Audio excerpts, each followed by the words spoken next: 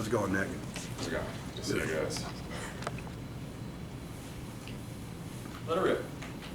How have you seen the culture change in the last 4 years since y'all been here, the senior class? Yeah, it's been a big change. It's a really cool experience. You know, when I first got here, I thought there was some leadership issues. The culture wasn't what I was used to from playing in high school. And my class and the class above me, we kind of grew up with that. And our first few years, we were tied of the 6-6 seasons, you know. So we wanted to become a powerhouse. We wanted to become, a force in the Coastal. So one meeting January 1st we had with Coach Fedora after the Quick Lane Bowl, we decided to change it, and that's pretty much what happened. And then we had crazy off seasons, summer, spring, had some success last season, and just continued that to, change the culture as we have. In particular ways it's changed, something you can point to? Yeah, I would say that, well, one thing I've noticed is, we truly believe that we're a top team in the country. When I first got here, it was, people were saying it, but you don't know if they actually believed it. And I kind of felt that way going into the South Carolina game last year. We thought we could win. A lot of people were saying we were going to win, but when we got on the field and we were playing, you couldn't really see it.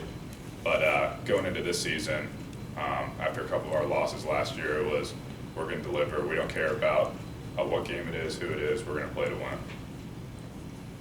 Have you had any kind of conversations privately since the tweet that you put out to Kyle Bambard? Have you guys had any kind of interaction? And even if you haven't, you planning on seeing him after the game on the field, before the game, that kind of thing? Yeah, we exchanged some private messages after I reached out to him. I couldn't get a hold of him, so that's why I sent him that quote tweet, and then I reached out to the punter and him after that. Considering where your career started and your career path, you had some struggles early. Can you kind of relate that to him and maybe kind of as a maybe inspiration kind of thing? Yeah, I mean, it's all a learning experience.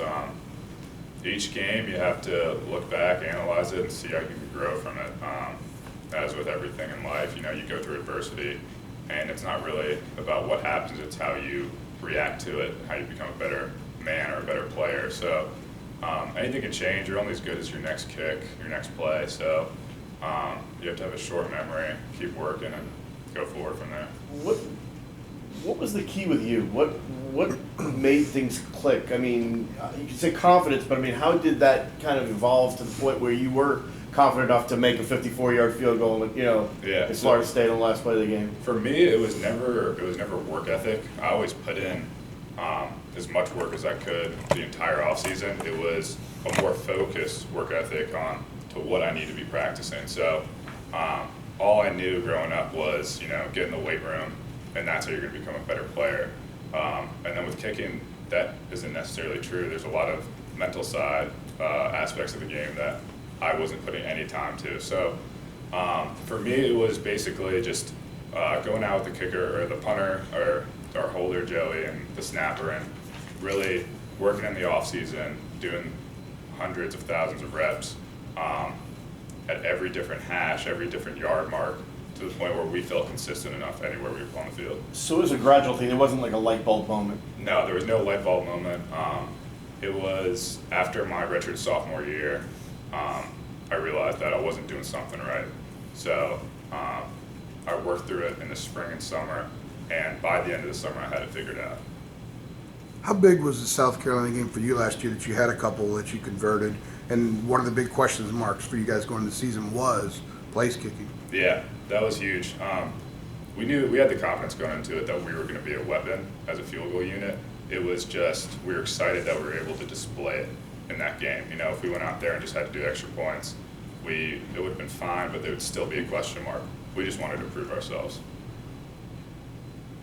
How has Tom Sheldon impressed you just with the way, as an older guy, he's assimilated himself into the program and then his results on the field? Yeah, I mean, he's incredibly talented. When he got here this summer, I knew he was going to be a weapon for us. and it was just getting used to playing in a game. Really, I'd never played a game before. First time putting on pads and a helmet and playing with people running at him. So for him, I think he's just been doing a great job of coming in Georgia, delivering, had a great game there, and then slowly progressing to where he's confident and smooth running out in the field, giving us a good ball. Does he talk much about the game during the game? I know guys usually do, but I've seen photos of him where he's just kind of like, waiting for his shot to go out there and looks bored half the time. Yeah, we talk. He has a lot of questions throughout the game. Like I said, I think I've told this before, but after the first couple games, he was talking about the safeties, and he thought that happened every game. So he asked questions that if you weren't watching football your whole life, you would have questions about. And that's pretty entertaining for me. How does it feel like, your lasting image as a Tar Heel is going to be that kick against Florida State? Is that what you want to be your lasting image? Is that kind of proud of that, or? Yeah, no, it's a pretty cool experience. It really hasn't hit me yet. Yesterday I was reminiscing on just like my career here, and tomorrow or this Friday will be my 50th game that I'm kicking. So it's been a crazy experience, crazy journey. I was glad that I was able to have a moment like that in a big game for the program moving forward. But I don't know, I feel like there's a lot of work left to be done. However many games we have left, we're just going to go one at a time, finish 1-0.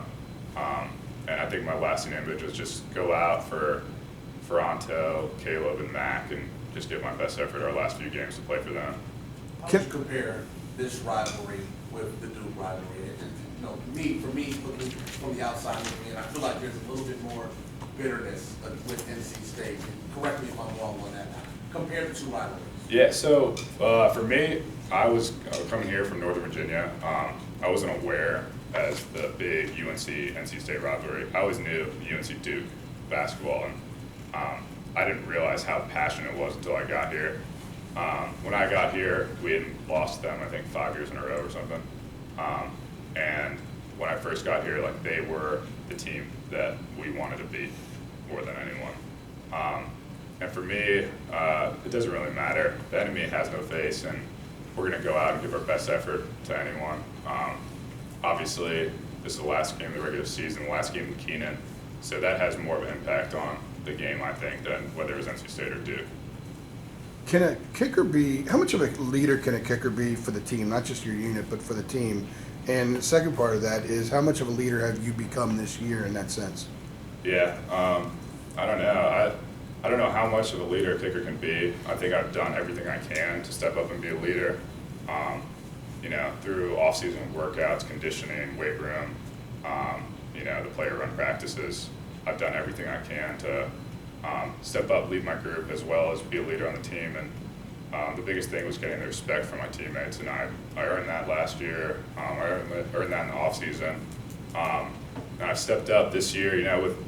I kind of stepped back and let the other leaders of the team do a lot of stuff on game day. Plus, I just like to stay relaxed and focused. But off the scene, I think I'm a pretty good leader. I think I'm pretty impactful on the team. I know the guys respect me, and I respect them. So Is reliability a form of leadership? yeah, I think so. I think going out, working every single day, and delivering is a form of leadership. So leading by example, but also leading with your vocals. All right, thanks, Nick. Have a good day. Thanks, Nick. See you guys. Thank you.